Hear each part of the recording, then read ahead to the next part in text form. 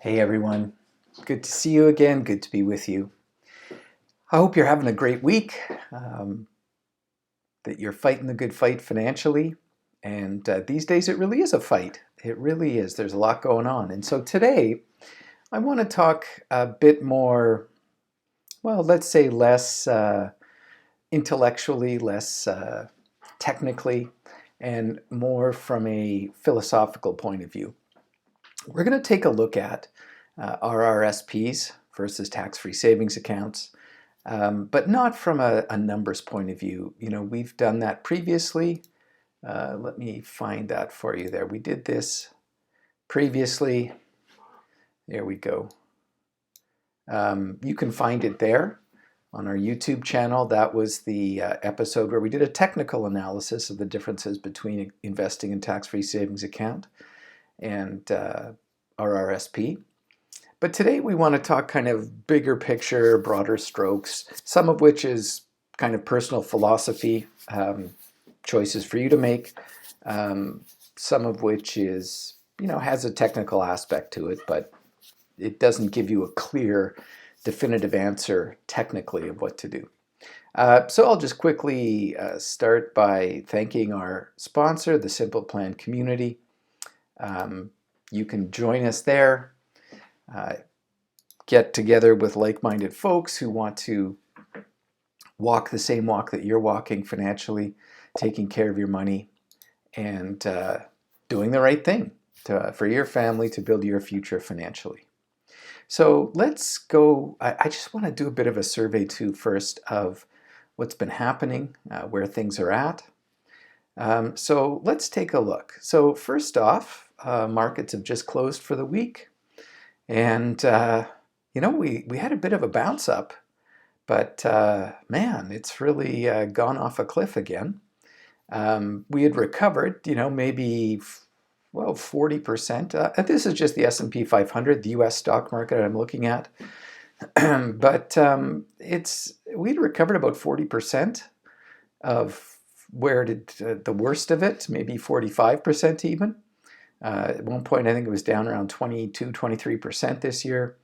And this is just since January 1st. And then it was back up just maybe a month ago, so that it was only down 12 or 13% for the year. So it was a good recovery. But things have kind of gone off an edge again. And so year to date, we're down 19.25%. What's more, U.S. inflation news came out, and it wasn't good. It's not that it's gotten worse, but it's not improved as much as had been hoped. It's still running at 8.3%. Canadian inflation numbers will be out shortly. I would guess they're going to be mid sevens, mid sevens probably would be my guess. We have seen fuel prices come down somewhat. We have seen housing prices take a hit in some markets, which leads me to the next indicator, what's been going on with interest rates. We just had another poke in the eye on that front, and we can expect another one in about, 6-7 weeks. There will certainly be another interest rate increase then, and probably another one after that about 8 weeks later. So interest rates are going to keep climbing. Housing costs, the price of housing is coming down in certain markets, and certainly the real estate market has cooled. The velocity, the pace at which things would come on for sale and then be sold has really slowed down quite significantly. The inventory, and one really good measure of how theoretically hot a real estate market is what's going on during how much inventory there is. That's really the best way to put it. So how much supply there is. So if there is 1,000 houses a month selling, for example, and there's 3,000 houses listed for sale, well, there's a 3-month supply. That would be considered a very hot market. Though it's gotten even smaller at times recently. More normal would be maybe 5 or 6 months of inventory. And then if you've got more inventory than that, you've got a slow housing market. And so we're moving back toward, depending where you are, the US or the Canadian housing market is not a single market. There's many different markets. It's very different in Calgary compared to Toronto, compared to Vancouver. So that has slowed down. Prices are softening in some places. You have to be careful with some of these stats that get quoted, that this month the average house selling price, unless the market sample is really big, it can be skewed either by certain types of home selling. But nationally, the price has definitely come down quite significantly. So prices have certainly softened in a fair number of markets. And at the same time, interest rates, borrowing costs have gone up. So, the good news is the cost of houses has gone down. The bad news is the monthly payment required probably hasn't shifted too much because interest rates have gone up and are continuing to go up. So, some other interesting factoids we see, just kind of indicating what's going on. Here's one. Here's a fun one. BC restaurant ad was offering a $50,000 salary. Now, that sounds decent enough. It's about $25 an hour, I think, is what they were offering.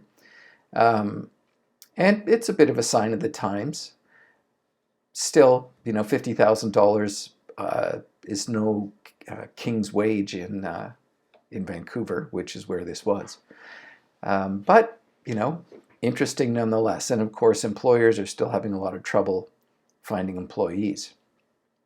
And setting aside the philosophical debates about what's going on there, it's a funny situation we're in, where interest rates are climbing, and you would think that we would be in a recession. We're not, and you can tell because the amount of productivity is still high, and employment is still strong. Now, there's a lot of people predicting that we are heading for a recession, and we may well be doing so for what would at least be a technical recession. Whether a lot of people are going to feel it, because normally we're accustomed to unemployment being a big feature in recessions, and that's just not happening yet. So maybe not. But how about that inflation? Is that going to abate? Well, here's the interesting question on that. And we don't know. And there's, people are like, oh, it's the war in Ukraine. Oh, it's this. Oh, it's that. Look, the main reason that we have such rampant inflation is because governments all over the world have created so much money over the last, well, really since 2008, when they really started doing it big time during the global debt crisis.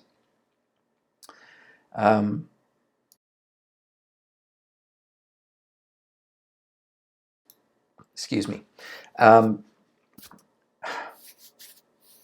They can't resist because there seems to be no limit to which voters, can be bought with their own money. We love playing that game in Canada. And so here's everybody's kind of recognizing it except the politicians, who probably know it. They just don't want to stop.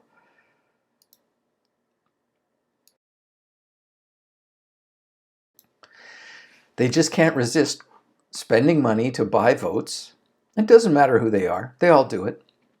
Spending money to buy votes and to placate dissatisfied voters. But the real cause of inflation that we're dealing with now is exactly that they created so much money and poured it into the economy. There's a number of ways they do this, but one of the biggest ones more recently during COVID was they were sending $2,000 a month to an awful lot of people. And, yes, there was people in difficulty for sure.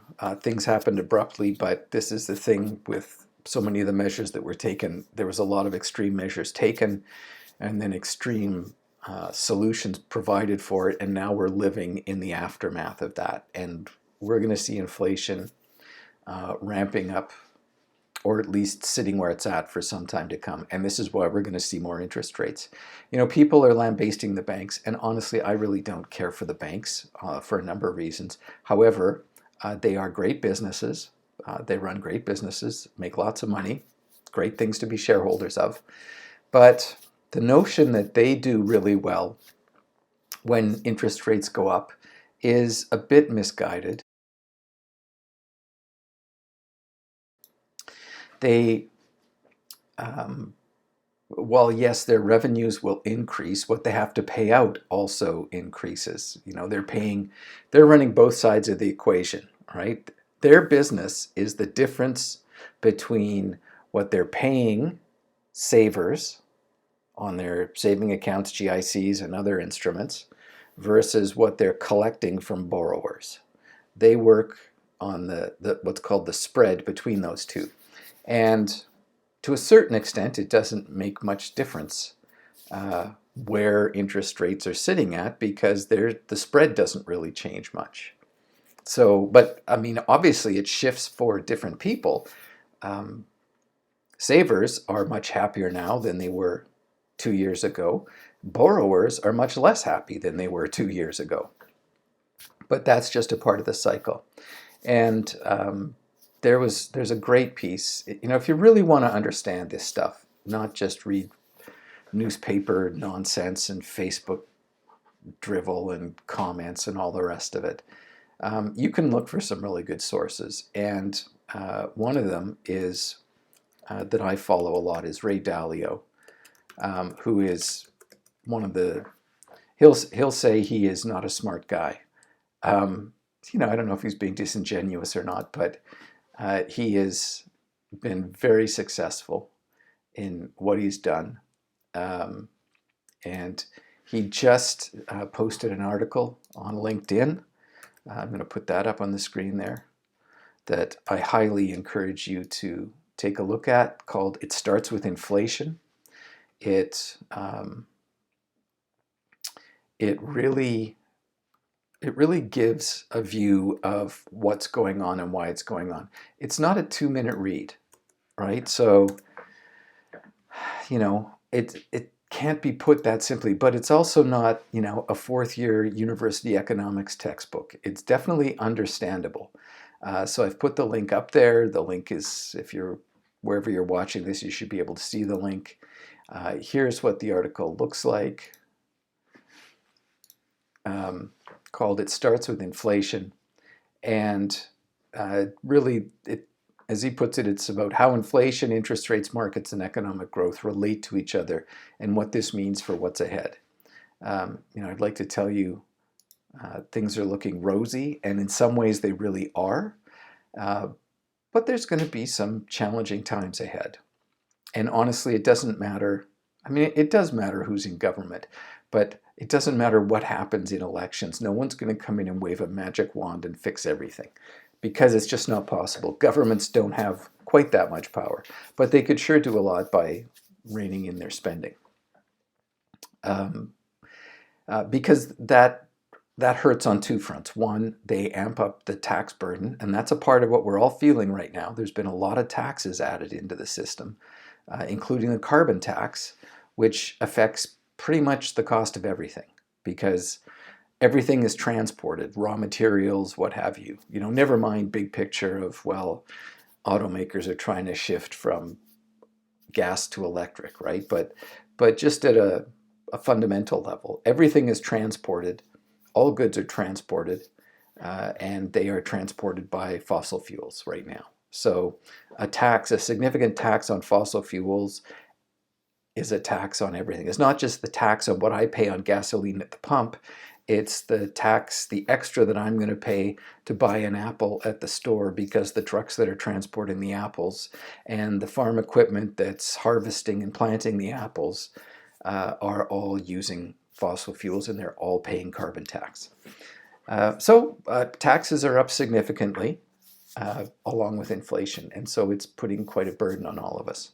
Anyway, that's just what I sort of wanted to talk about. I've digressed a lot, but I think it's important. There's so much going on right now that we really want to be not ignoring these things that are going on day to day, because they are affecting all of us. If it's feeling like it's challenging to you, well, that's because it really is. You're not crazy, you're not failing, it's not that you're not doing it right. There's a lot going on that's pretty challenging. Anyway, so let me shift over and let's talk about our RSP issue. And I'm not going to talk specifically again about TFSA versus RRSP. I just wanted to get this out there for people to be thinking about. It's September. People, it's one of the cycles in the year where people think a little more about their finances. It's kind of the alternate new year in a lot of ways. For some, it's more like a real new year, because if you've got kids in school or you're all caught a part of that school cycle, maybe you work at a university, maybe you work in the school system or what have you, September really is a big, big month. And so, as I said, I'm not going to get into the technical aspects of it. If you want to look at that, it's up there on your screen. That's the YouTube that we did some while back. You can find it on our YouTube channel. Just look for the Simple Plan on YouTube, or YouTube/the Simple Plan. And but I want to talk about specifically why the RRSP may not be the right thing for you. Now, we also have a download. It's called the Quick Start Guide to Investing in Canada. Let me put that up there for you. Where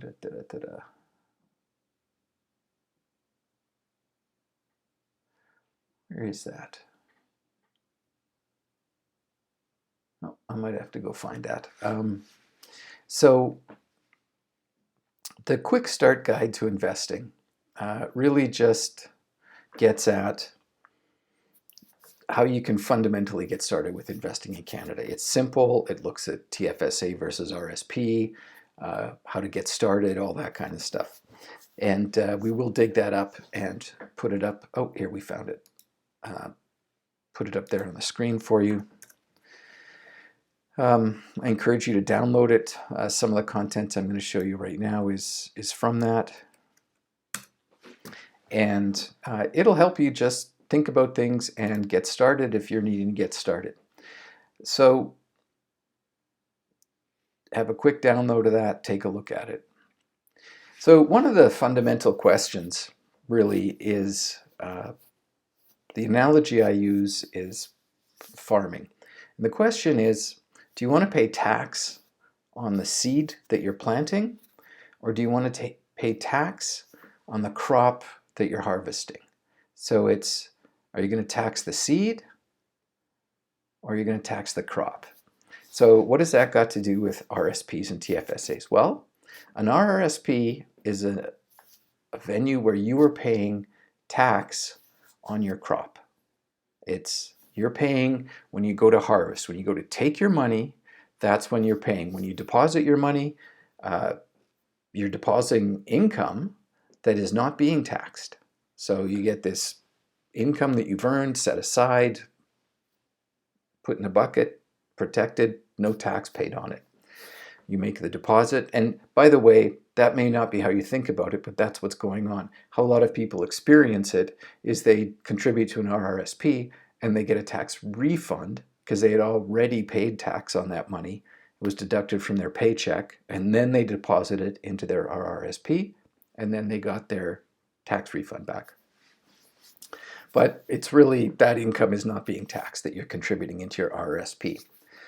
Fast forward at retirement time, and what happens is every penny that you withdraw from your RRSP, you pay tax on, and it's taxed at our marginal tax rate as income tax. And so if you were at the highest marginal tax rate in most provinces, you'd be paying a little over 50% tax on that. Now, you may well not be at the highest marginal tax rate, and that's where this question of whether it's better to use the RRSP or use the TFSA comes in. As opposed to, if you strictly use the TFSA, you're only going to pay tax on the seed. So what you're doing with your tax-free savings account is you're taking money that you earned as income and you've paid tax on it. You paid income tax on that because you don't get any tax deduction for your tax-free savings account. You invest that, you plant it. This is your seed money that you're putting into your tax-free savings account. Just like an RRSP, it grows tax-free. There's no tax on it while it's growing. But unlike the RRSP, two major differences. One, when you take your money out of your tax-free savings account, you don't pay any tax on it. None at all. And two, if you withdraw money from your tax-free savings account, so let's say you contributed $1,000, it grew to $2,000 and you withdrew the $2,000. Well, you actually get that $1,000 of contribution room back with your tax-free savings account. So you can go and deposit another $1,000 down the road. With your RRSP, when you withdraw the funds, whatever your contribution was, that room's no longer available. It's gone forever. And again, if you want a more technical look at the RRSP and TFSA, go to that YouTube that I put up earlier. But here's the philosophical question. Do you want to be managing, dealing with, somehow contending with your tax issues when you retire and the uncertainty that goes with that? Or would you rather just pay it once up front, be done with it, and be free of the tax man for your money that's inside your tax-free savings account? Now, all of these rules are subject to change, but they're not likely to change. Amounts you can contribute may change, but the fundamental rules of these programs won't change. So the RRSP is built on the notion that, it's built on a few notions. One is it was built in a time where our life expectancy was significantly shorter. So someone might retire at 65, but they might only live another 10 years. Now it's quite conceivable that you could retire at 60 and live another 30 or 35 years, which is interesting because now, that balance of what used to be the balance of I worked for 40 years and then lived in retirement for 10 is now shifting to I worked for 35 years and I'm now retired for 30. So the amount you have to save is much higher. And the tax factor becomes quite significant. When we're putting together a retirement plan, what we really want to be focusing on is two things. How much am I going to be able to spend? And how much tax am I going to be paying? And in fact, it's really only one question because how much tax you pay affects how much you spend. So we want to minimize, we call it optimize, the amount of tax that we're going to pay both while we're earning but also while we're retired. So we want to have a full, clear plan. Now, the major tax bomb, the RRSP is built on the notion that you are going to have less taxable income when you retire than when you are earning your income. But, you have to question how accurate that is. So, for example, a lot of people have just had a big house windfall, and over the last few years, and it's declining. But let's say you're 65, maybe let's say you're 70, 75 even.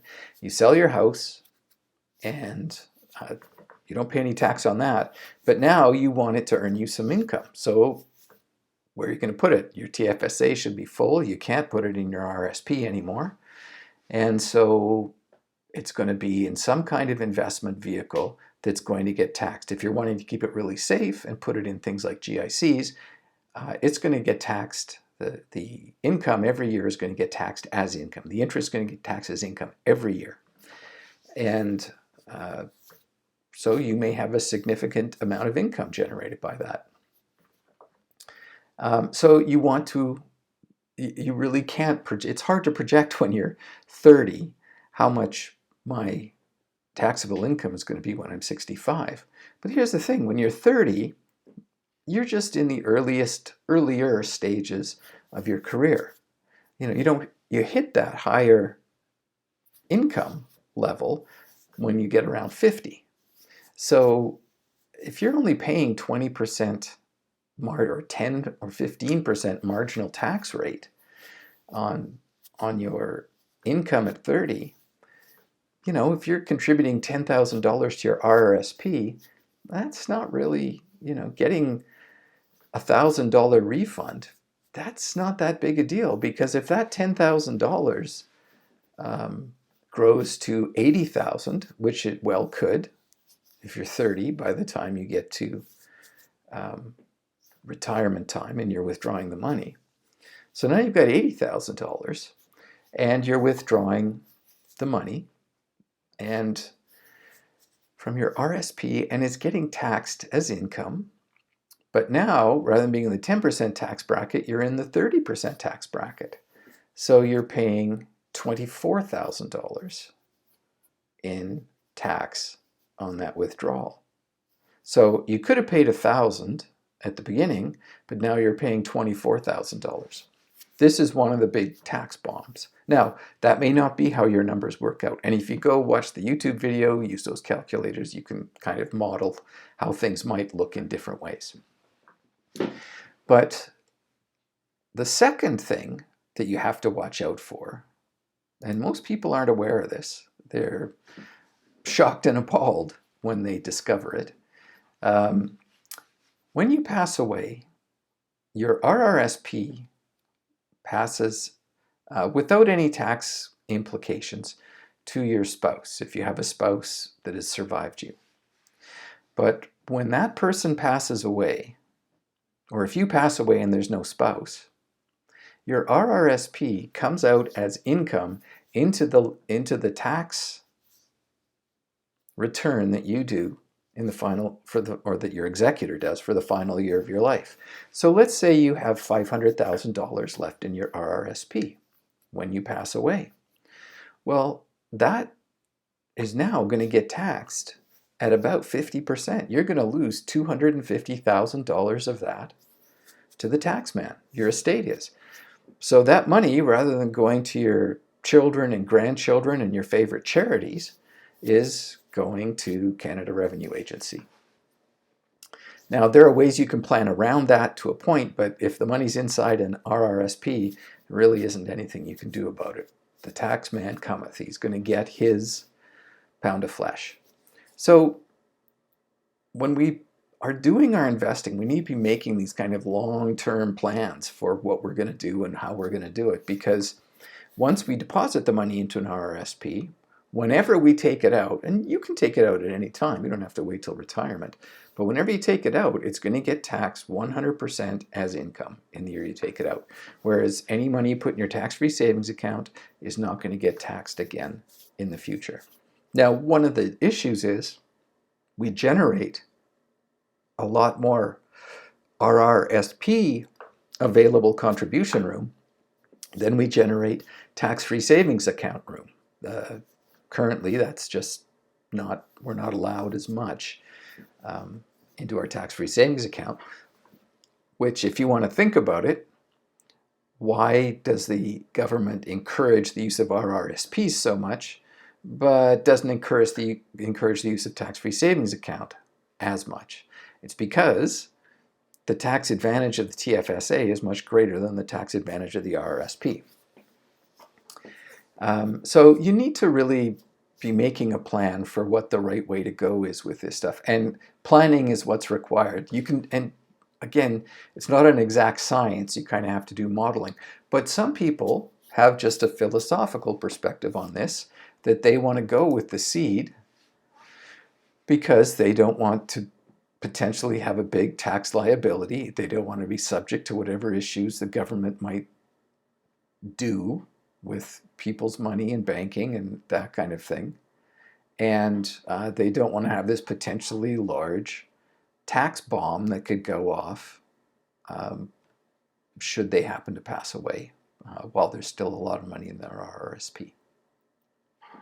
And this is just an example of over a period of time. It doesn't even really matter how much, but the same amount of contribution to 3 different types of accounts and the results of what turns out. So if you take the same amount of the same principal and deposit it into the green is a tax-free savings account.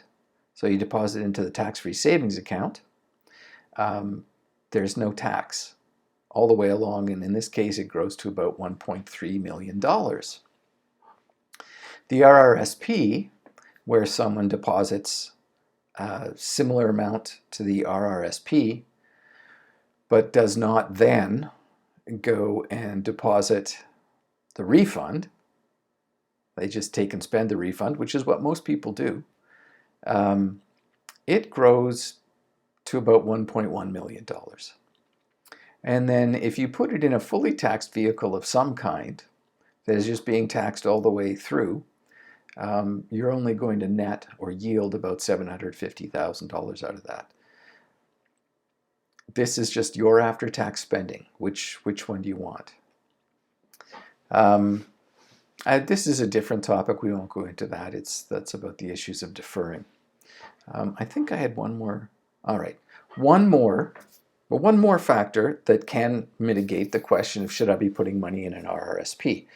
The answer, if your employer offers an RRSP matching program, is usually a resounding yes. You should at least take advantage of that. So the way those work is normally your employer will put in, maybe they'll match what you put in to your RRSP up to a certain amount, or it's a deferred profit sharing program, that kind of thing. Now, this money is going to get really locked up, by the way, so be aware of that. You're not even going to be able to withdraw this money in many of those plans until you reach retirement age. You're not going to be able to withdraw this money. So let's say in this example, you deposit, you contribute $2,550 into the RRSP match program. Your employer puts $2,550 in as well, and that generates a tax refund, a total tax refund of $2,040. And so you invest that as well into your own TFSA or RSP. That then means you get a complete investment of $7,140 right out of the gate before there's been any performance, any increase in your investment in that first year. You've had 180% return. You contributed $2,550 of your own money, and you have now $7,140 invested. That's 180% return in the first year. It is really not possible to match that kind of performance any other way. So you should definitely take advantage of RRSP employer match programs. You know, am I going to say 100% of the time? Maybe there's times where you wouldn't, but and that's all part of what the planning process should reveal for you. But that is one example, the shiniest example and clearest example of when you would well want to contribute to an RRSP. So, you know, some people just don't, they want to be as kind of unencumbered as possible from government tax policies and programs and such. So they much prefer the tax-free savings account. And, you know, it does require a bit more discipline up front. You're not getting a nice deduction, but it lets you do much less tax planning on the back end, and you're not having to guess from the front end, what kind of tax bracket am I going to be in when I'm 70 versus what I'm in when I'm 30. So it gives you the most control over your tax situation. So that's all I wanted to say. We'll be talking more about TFSAs, RRSPs when we get turn into the new year. That's when we really do a lot of our technical financial programming then. It's because people are so focused on their finances, usually in the first 60 days of the new year. So that's it for today. I want to thank you very much for joining us. I want to remind you again that you can subscribe to our newsletter. That's at go.getthesimpleplan.com/subscribe. I'll just put that, in the comments as well.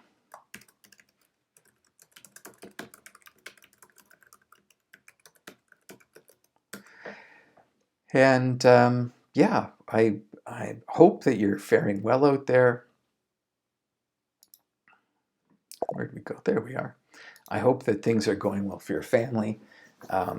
If you want any assistance, if you're looking for any advice, or you just want to bounce ideas off somebody as to what's going on and what I can do about it, we'd love to meet with you. Book yourself a complimentary 15-minute appointment. I'll put that up there for you on the screen as well.